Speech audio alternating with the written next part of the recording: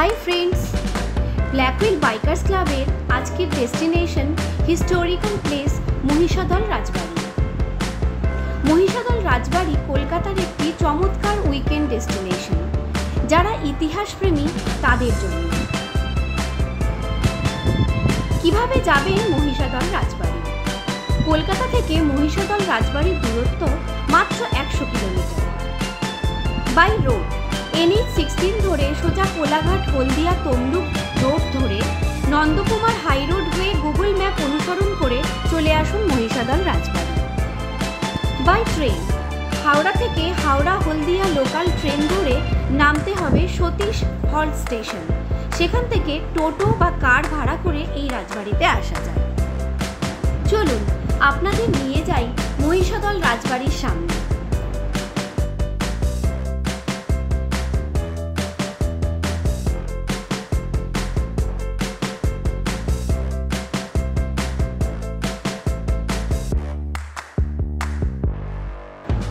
আপনাদের সামনে এখন রাখছি মহিষাদল রাজবাড়ির ইতিহাস।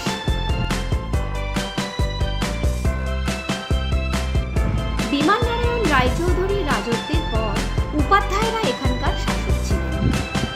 পূর্ববর্তী শাসকদের রাজবংশ একজন পুরুষ উত্তরাধিকারীর অনুপস্থিতির কারণে শেষ হলে গার্গ পরিবারের মহিষাদলের শাসক হিসাবে দায়িত্ব গ্রহণ করেন জানকী দেবী, যিনি তার স্বামী রাজা আনন্দলাল উপাধ্যায় মারা যাওয়ার পর এস্টেট পরিচালনা করছিলেন। তার নাতি, তার বড় মেয়ের ছেলে গুরুপ্রসাদ গার্গের হাতে নিয়ন্ত্রণ তুলে দেন। রামনাথ গার্গ তার নাতি, যিনি নিঃসন্তান ছিলেন। লক্ষ্মণ প্রসাদ গার্গকে তিনি দত্তক নেন। বর্তমান প্রজন্ম লক্ষ্মণ প্রসাদ গার্গের বংশধর। প্রাসাদটিকে কার্যকর রাখতে চাচাতো ভাই শঙ্কর প্রসাদ গার্গ এবং হরপ্রসাদ গার্গ নিচতলায় একটি মিউজিয়াম স্থাপনের সিদ্ধান্ত নেন। মহিষাদল রাজবাড়ির মিউজিয়ামটি প্রতিদিন সকাল 10টা থেকে সন্ধ্যা 6:30 পর্যন্ত খোলা থাকে। মিউজিয়ামের টিকিটের জনপ্রতি মূল্য 10 টাকা। 5 বছরের বেশি শিশুদের জন্য সম্পূর্ণ চার্জ প্রযোজ্য। মহিষাদল রাজবাড়ি কমপ্লেক্সে আপনি দেখতে পাবেন এমন অনেক কিছুই রয়েছে।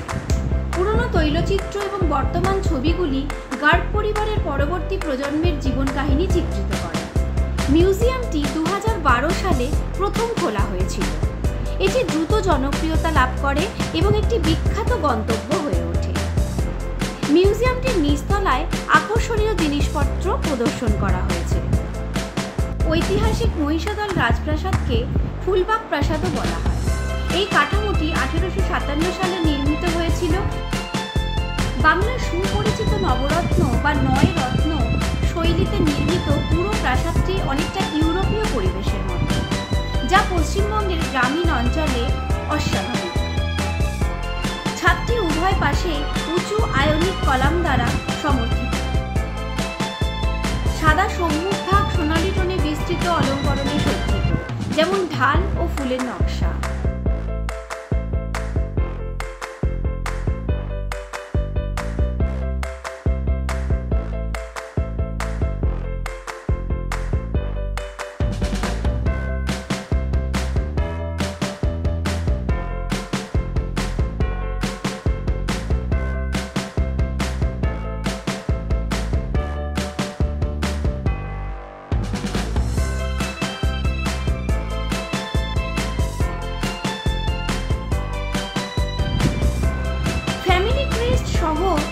বিভিন্ন অ্যান্টিকের আসবাবপত্র ঘরে ছড়িয়ে ছিটিয়ে ছিল, কিন্তু মহান ভারতীয় শাস্ত্রীয় গায়কদের ছবি এবং শিল্পকর্মে সবসময় পর্যটকদের প্রধান আগ্রহে থেকেছে এই মহিষাদল রাজবাড়ি। অস্ত্র, পশুর ট্রফি, আসবাবপত্র, বাদ্যযন্ত্র এবং ভিন্টেজ রেকর্ড প্লেয়ারগুলি হলো এই জিনিসপত্রগুলির মধ্যে যা প্রাথমিক রাজাদের অতীত জীবনধারাকে প্রতিফলিত করেছিল।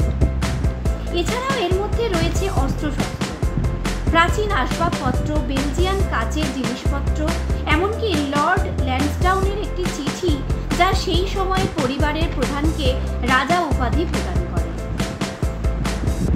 প্রাসাদটি দীর্ঘদিন ধরে চলচ্চিত্র নির্মাতাদের প্রিয় ছিল এবং এখানে অনেক বড় বড় বাংলা চলচ্চিত্রে শুটিংও হয়েছে। রঙিন আলোয় সজ্জিত ফোয়ারাগুলি রাতে দেখতে অসাধারণ লাগে।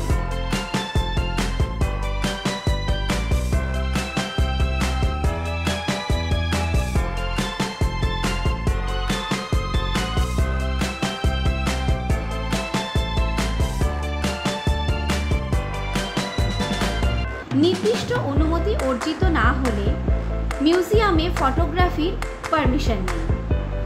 এখানকার উৎসবগুলির মধ্যে রয়েছে 200 বছরেরও বেশি পুরনো জগন্নাথ রথযাত্রা এবং দুর্গাপূজা।